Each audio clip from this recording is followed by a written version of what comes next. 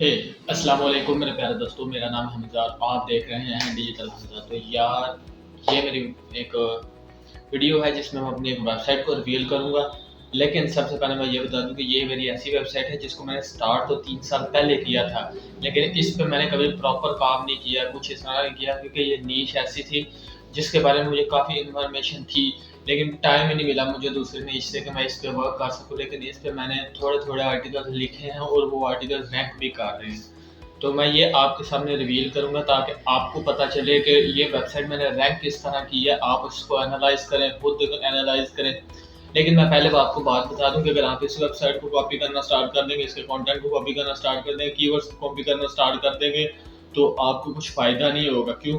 क्योंकि ये वीडियो पता नहीं कितने लोग देखेंगे और वो सेम ही अगर साइट को कॉपी करना स्टार्ट कर दे, उसके कीवर्ड्स को स्टार्ट कर दे, तो जो लो कॉम्पिटिशन कीवर्ड्स है वो हाई कॉम्पिटिशन में कन्वर्ट हो जाएँगे। ठीक है? सिर्फ़ इस वीडियो से मैं आपको एक बात बताऊँगा कि आपने किस तरह काम करना है और कैसे अपनी वेबसाइट को ईज़िली रैंक करना है जैसे मैंने किया था। लेकिन मेरा ये वीडियो बनाने का मकसद क्या है, मैं क्यों आपको अपनी वेबसाइट के बारे में बताने लगा हूँ। सबसे पहली बात कि आपको समझ आए कि वेबसाइट्स रैंक किस तरह करती हैं ईज़िली, क्योंकि एसईओ एक ऐसी चीज़ है जिसके बारे में पाकिस्तान में हर जगह हुआ बनाया हुआ है कि एसईओ इस तरह होती है, इस तरह होती है, इस तरह। एक न्यूबी को कभी इस तरह की समझ ही नहीं आती, वो ऐसे कोर्सेज़ देखता है जिसमें एसईओ को डिटेल में बताया होता है, लेकिन असल बात कोई नहीं बताता कि एसईओ चीज़ क्या है। यार एसईओ क्या है? सर्च इंजन ऑप्टिमाइजेशन, यानी कि आप अपनी वेबसाइट को उस तरह ऑप्टिमाइज़ करें जिस तरह गूगल चाहता है, तो वो इज़िली रैंक करेगी। क्वालिटी कंटेंट लिखें, वो इज़िली रैंक करेगी। लोग कंपटीशन कीवर्ड्स को टारगेट करें, वो इज़िली रैंक करेगी। समझ आ रही है बात आपको? तो ये बात ये है कि मेरी पहले 3-4 वेबसाइट्स थी, उनको मैंने उनमें से कुछ को सेल कर दिया, सिर्फ़ एक रह गई थी, वो मैं आपको बताने वाला हूँ। ठीक है? अगर आप में से किसी का दिल हुआ इसको बाय करने का तो बता देना, मैं उसको ये सेल कर दूँगा। असल में मैं अब जो वेबसाइट्स हैं उनको छोड़ के सर्विसेज़ बेसिस की तरफ आने लगा हूँ, यानी कि मैं अपनी एक मार्केटिंग एजेंसी की तरफ आ रहा हूँ, आहिस्ता-आहिस्ता मैं सर्विसेज़ देना स्टार्ट कर रहा हूँ। तो अब मैं उसकी तरफ शिफ्ट होने वाला हूँ, लेकिन मेरा एक ब्लॉग रहेगा digitalhamza.com के नाम का, वो अभी भी अवेलेबल है और उसमें मैं एक्टिव हो जाऊँगा डेली के डेली। जो भी होगा या वीकली उस पे पोस्टिंग होगी, वो आप ज़रूर चेक करें। तो मेरी जो वेबसाइट है वो उसका मैं आपको बता देता हूँ। हाँ, तो यार मेरी वेबसाइट का नाम है mixedwatch.com, mixedwatch.com। ये वेबसाइट एक स्मार्ट वॉच नीश पे वेबसाइट थी, ठीक है? अवेलेबल है, इस पे अभी भी है, वो चल रही है, मेरे पास है अभी भी वो वेबसाइट, वो डोमेन भी अभी मेरे पास है। तो ये मैंने वेबसाइट स्टार्ट इस वजह से की थी कि मुझे स्मार्ट वॉचेस के बारे में काफ़ी शौक था। जब मैंने एक स्मार्ट वॉच बाय की थी, उससे पहले मैंने काफ़ी रिसर्च की थी कौन-कौन सी स्मार्ट वॉच होती है, व्हिर्लपूल, लेट्स वेयर, जो भी थी सब के बारे में मैंने डिटेल में रिसर्च किया था और उससे मुझे काफ़ी अच्छी नॉलेज प्रोवाइड हो गई थी। मुझे समझ आ गई थी कि स्मार्ट वॉचेस होती क्या हैं, उनको बाय कैसे करना है, उनमें क्या पोटेंशियल होता है, हर चीज़। मैंने इस वेबसाइट को स्टार्ट किया ताकि मैं इससे अपनी ही जो नॉलेज है उसको लोगों तक पहुँचा के इस वेबसाइट से अर्निंग स्टार्ट करूँ। लेकिन मसला ये था कि इसके लिए ना तो मैंने कंटेंट राइटर को हायर किया, क्योंकि मैं इस वेबसाइट को जैसे ही स्टार्ट किया बाद में मुझे आहिस्ता-आहिस्ता समझ आई, क्योंकि इसमें मैं काम नहीं था इतना कर सकता। इसके अलावा दूसरी हाईली प्रॉफिटेबल नीशेज़ थी जिन पे मैं काम कर रहा था और जिससे मुझे अच्छी खासी अर्निंग जनरेट हो रही थी। ठीक है? इस वेबसाइट को मैंने 3 साल पहले स्टार्ट किया था, जिस पे मैं काम तो कर रहा था, लेकिन अभी भी कर रहा हूँ, लेकिन इतना नहीं कर रहा ना। और इस वेबसाइट ने टोटली मुझे 3 साल में $53 जनरेट करके दिए हैं, और वो भी सिर्फ़ और सिर्फ़ आर्टिकल्स अपलोड कर दिए थे और वो उनमें से हर एक ऐसा-ऐसा आर्टिकल रैंक कर गया। ठीक है? तो सबसे पहले वेबसाइट को आप देख लो, उसके बाद मैं आपसे कुछ थोड़ी-सी बात करता हूँ।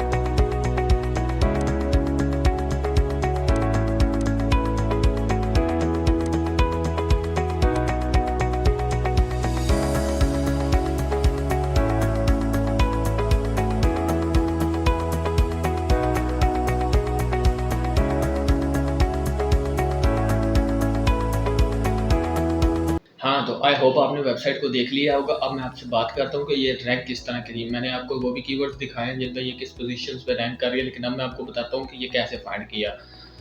बेसिकली जो हर नीश होती है, हर नीश में एक लूप होल होता है। जितनी मर्जी हाईली कॉम्पिटिटेड नीश हो, उसमें लूप होल होगा या जैसा कि स्मार्ट वॉच एक बहुत हाईली कॉम्पिटिटेड नीश थी, लेकिन मुझे उसमें लूप होल क्या मिला, वर्सेस कीवर्ड का। जैसे कि जो मैंने आपको दिखाए हैं वो सारे वर्सेस कीवर्ड थे, तो स्मार्ट वॉच का कंपैरिजन था। मुझे उसमें लूप होल मिला कि उसमें ऐसी कोई भी वेबसाइट रैंक नहीं कर रही थी जो ऑथेंटिक इन्फॉर्मेशन प्रोवाइड करे। जो उस जो नीश थी जो मैंने फाइंड की वर्सेस कीवर्ड, उस पर कोई भी ऑथेंटिक वेबसाइट रैंक नहीं थी कर रही। जो भी वेबसाइट्स थी वो न्यू ब्लॉग्स थे, या उन पे कुछ ऐसे कीवर्ड्स थे जिनके सर्च वैल्यू 50-60 थे। लेकिन मैं सबसे पहले बात बता दूं, मैंने इस पर KGR टेक्निक से काम किया था, क्योंकि ये अमेजोन एफिलिएट की साइट थी, इस वजह से मैं इसमें इस पर इस तरह काम किया।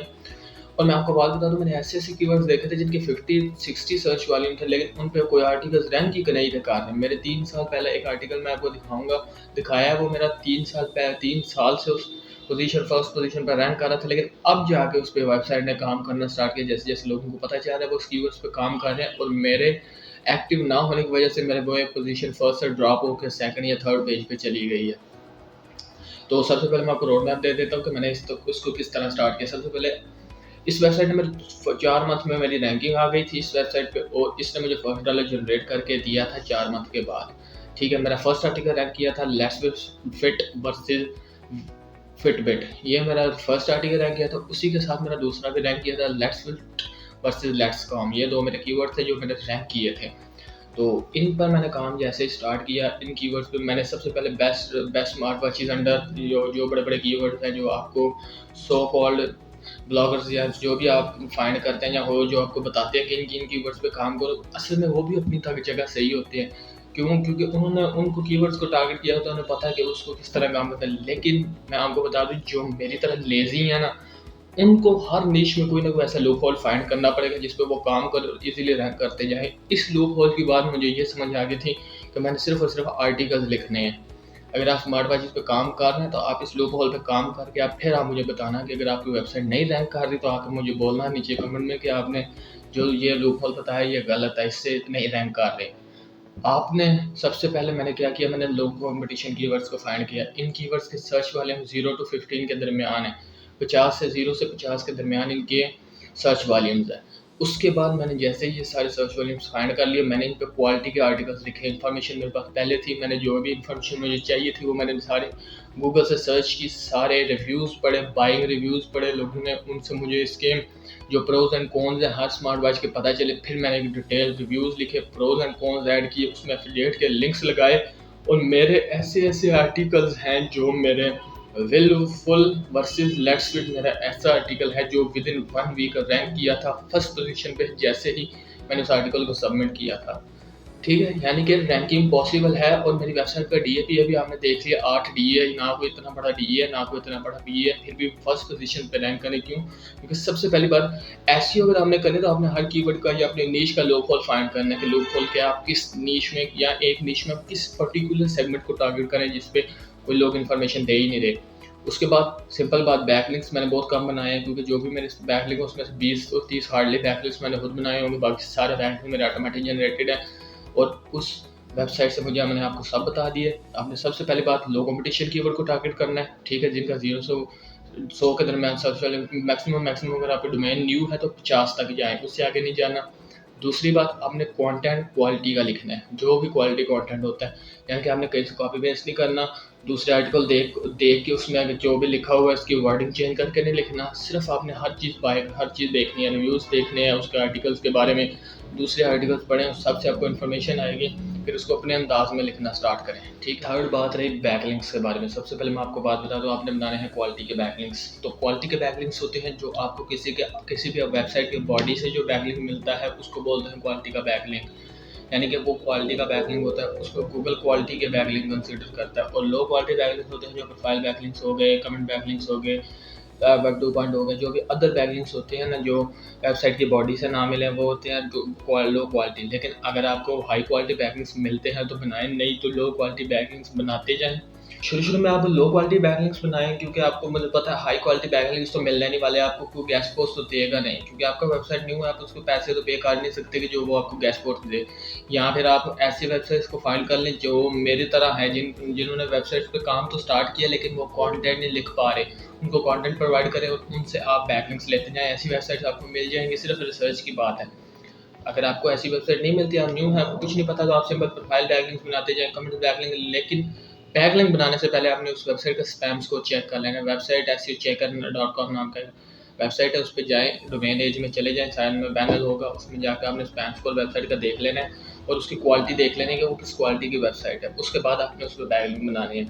और जैसे जैसे आपके लो क्वालिटी बैकलिंक्स बनते जाएं और आपकी रैंकिंग होती जाए, उसके बाद आपने अपने हाई क्वालिटी बैकलिंक्स बनाने हैं और लो क्वालिटी बैकलिंक्स को रिमूव करते जाना है, क्योंकि लो क्वालिटी बैकलिंक्स कुछ अर्से के बाद आपकी वेबसाइट को पेनलाइज तक कर सकते हैं। लेकिन वो तब होता है जब आप ज़्यादा स्पैमी वेबसाइट से बैकलिंक बनाएं। अगर आप अपने लो क्वालिटी बैकलिंक्स रिमूव नहीं करते तो आपकी वेबसाइट का भी स्पैम स्कोर इंक्रीज कर देंगे। स्पैम स्कोर इंक्रीज होना से मुराद होता है कि आपकी वेबसाइट पे स्पैमी कंटेंट के चांसेस होते हैं, स्पैमी बैकलिंक्स के चांसेस, यानी कि वो गूगल की नज़र में आपकी वेबसाइट को स्पैम कर रही होती है, तो उससे आपकी वेबसाइट पैनलाइज हो सकती है। यानी कि जैसे ही आपकी वेबसाइट लो क्वालिटी का बैकलिंक्स की वजह से रैंकिंग स्टार्ट करे, उसके बाद आप Aahista Aahista high quality backlinks बनाते जाएँ और क्वेश्चनल इन्फॉर्मेशन पर काम करें, यानी जो हाउ टू इन्फॉर्मेशन होती है ना, उस पर ज़्यादा काम करें अपनी नीश के रिलेटेड, क्योंकि उस जैसे आर्टिकल्स अगर रैंक कर गए आपको तो वो ऑटोमेटेड आपको बैकलिंक जनरेट करके देंगे। तो बस ये, आई होप ये वीडियो थी, अगर आपको समझ आई है, आपको इससे इन्फॉर्मेशन मिली है, तो मेरे चैनल को सब्सक्राइब करो, इंस्टाग्राम पे मुझे फॉलो करो, क्योंकि इंस्टाग्राम पे मैं बहुत ज़्यादा एक्टिव हूँ, डेली मैं इंस्टाग्राम पे अपलोडिंग कर रहा हूँ, तो आपको उससे अच्छी इन्फॉर्मेशन मिलेंगे। फिर एक नई वीडियो में, अपना ख्याल रखिएगा। अल्लाह हाफिज़।